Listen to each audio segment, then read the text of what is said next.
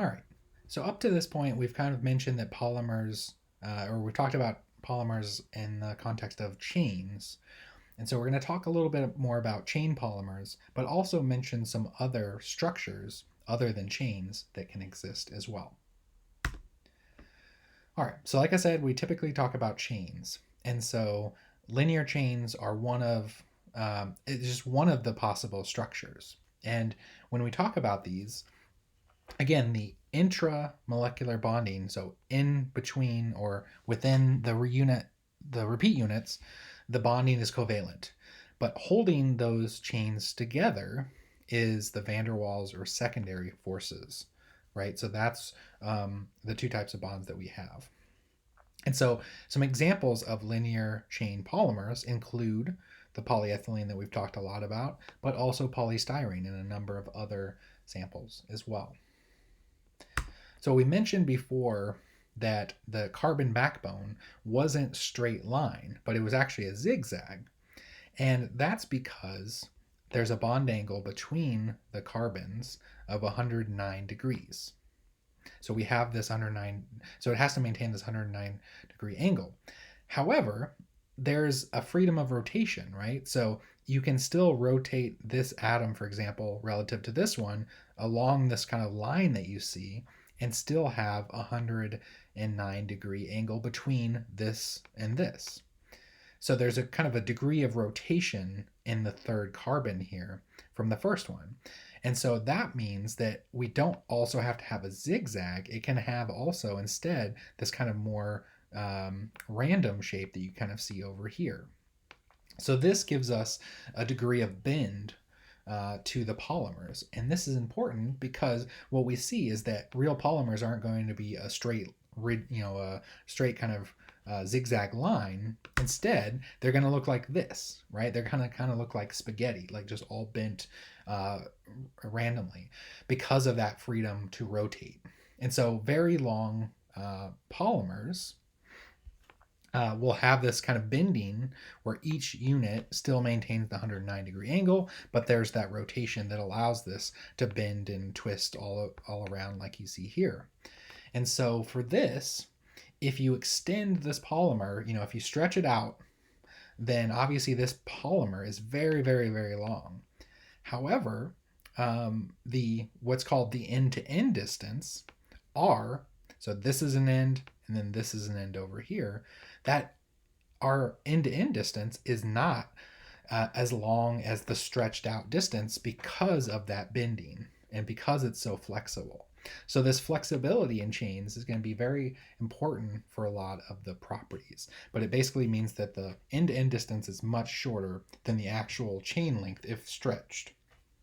And that's all due to flexibility. So the more flexibility it has, the shorter this end-to-end distance tends to be relative to the actual distance of the stretched out chain. So that's a linear chain. However, linear chains can get more complicated by having these side branches off of them. And this type of polymer is known as a branched polymer because it has these side branches. And the result of this is to lower the polymer's density. Because if you think about it, here's a branched chain, here's a branched chain. These branches, these side branches, basically impede these chains from coming very close together. So there's more empty space because these chains don't allow things to get closer and closer together. So that's one physical effect of that. And the classic example of this is the different polyethylenes. So we have high density polyethylene or HDPE, and we have low density polyethylene. And so as you might derive from this, if this lowers the density, then low density polyethylene contains branches, whereas high density is mostly linear. So that's the difference between these two polymers. And we'll look more into this branching in a bit.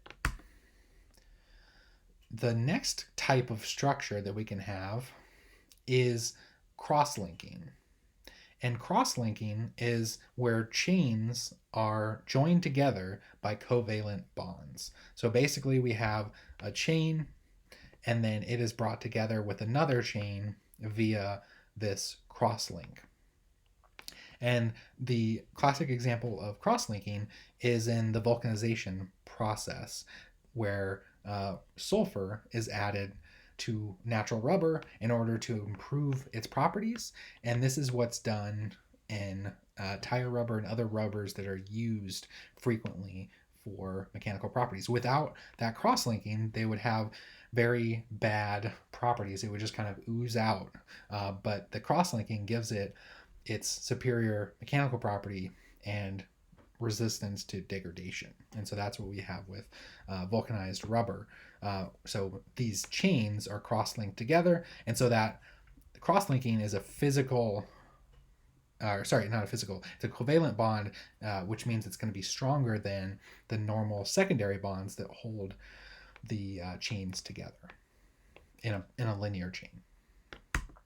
And the last type of the different structures we can talk about that we're going to talk about in this section is a networked polymer. So networks are formed when those monomers that we talked about have a functionality that's greater than 2. And so if you might recall, we had one monomer that formed 3 bonds. So it was trifunctional, and this is what happens when it forms those bonds, is that this is a repeat unit, this is a repeat unit, and so forth. And instead of forming a chain, they form this network together, right?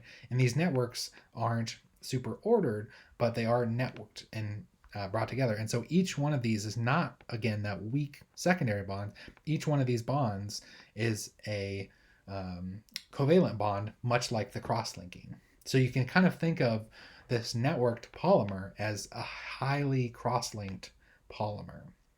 And actually, in a lot of ways, highly cross-linked polymers can be considered networked. So they're very similar. So examples of this that form these kind of networks, or three-dimensional networks, are epoxies. So when these two components are mixed together, they form these bonds, these covalent bonds, which again are hard to break, and bakelite as well. So in materials labs, we typically use these materials because they're very hard and rigid as mounting materials to grind and polish metal and other samples encased in them.